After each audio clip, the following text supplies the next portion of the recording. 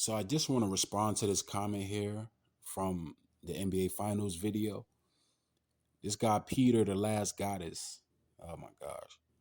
You got your picks wrong again. I think you're trying to be too deep, but you're actually a central, but good try.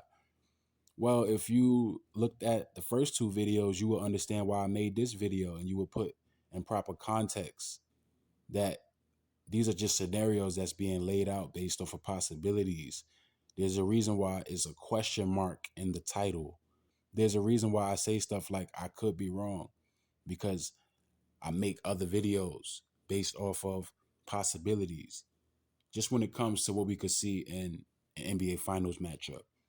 Now, last year, I was, definitive with it. I was concrete with it. I picked Golden State versus Boston. I already knew that that's what we would see because it was in the 75th anniversary of the season. We already know that in 1964 they faced off, as well as the understanding of the esoteric angle and how everything lined up last year. The number 22, the number 11, Andrew Wiggins, Steph Curry, so on and so forth. Him, I think it was his 13th season where he won and how that matched up with Kevin Garnett and the Boston Celtics, so on and so forth.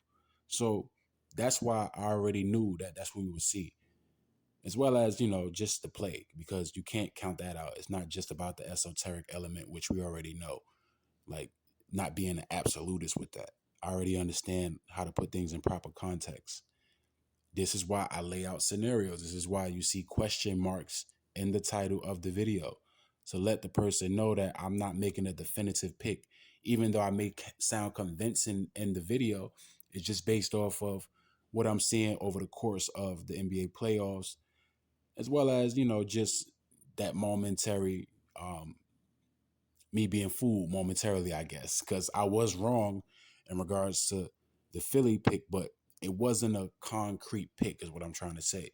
Because I did say that shit, Boston could very well beat them and come back, which they did. So at the end of the day, it's just really me laying out scenarios to match up with what we could see, because I really do believe that we will see Boston versus LA. Like, I am confident in that one. Like, that's one that I'll be confident in, and if I'm wrong about that, I'll just sit here and say I was wrong. But in this one, I'm defending it because it wasn't a concrete, definitive pick. You feel what I'm saying? Like, if you lay out certain scenarios or possibilities, it's not you necessarily like saying that this one could be the absolute one. It's just based off of what you see, and you just saying, you know what, this is what we could see, or this is what we could see. And the common denominator is the LA Lakers. Like, that's one that I'm confident in because of my understanding of LeBron James, the project that is LeBron James, the number 23, so on and so forth. LA is going to the finals. And shit, if I'm wrong about that one, I'll make a video and I'll say, hey, I was wrong. But in this one, I have to defend this one because at the end of the day, it's just all about putting things in context when it comes to what you're looking at. As far as this commentator here, like, you got to put things in proper context. If you listen to the videos, then you will understand. You probably just came to this video and you just jumped to conclusions and saying, oh, nice try and this and that, like trying to be a little condescending. But at the end of the day, it is what it is. This person got a bugged out last name, so obviously he's bugged out. But yeah, man, LA versus Boston is my final pick. And if I'm wrong, I'll make a video explaining and just, going into why I was wrong, or just saying, hey, just I was wrong. But yeah, man, Philly versus LA didn't happen. And it was just me just going off of history in regards to certain teams that you see them, they almost make it, they almost make it, they almost make it. Like, they get to the second round, game 7, get to the second round, probably losing 6, get to the second round, probably losing 5 or whatever. But it's just them just find like damn, like this is the year. Finally, they're gonna get it. And it didn't happen.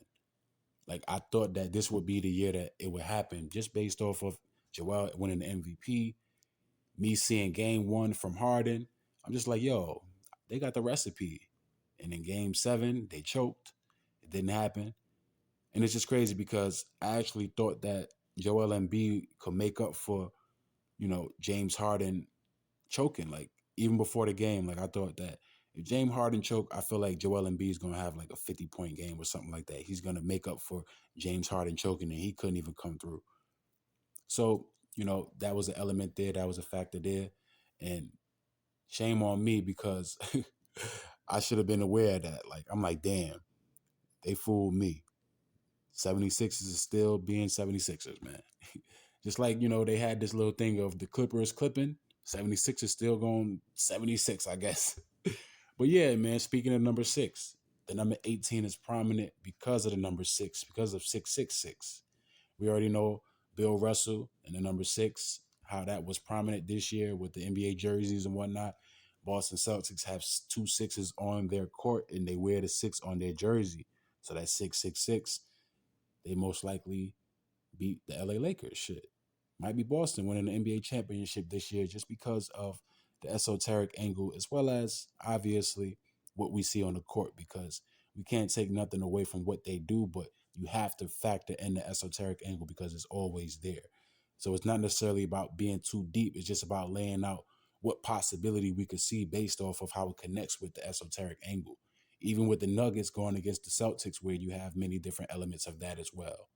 But I feel like we will see Lakers versus Celtics this year in 2023.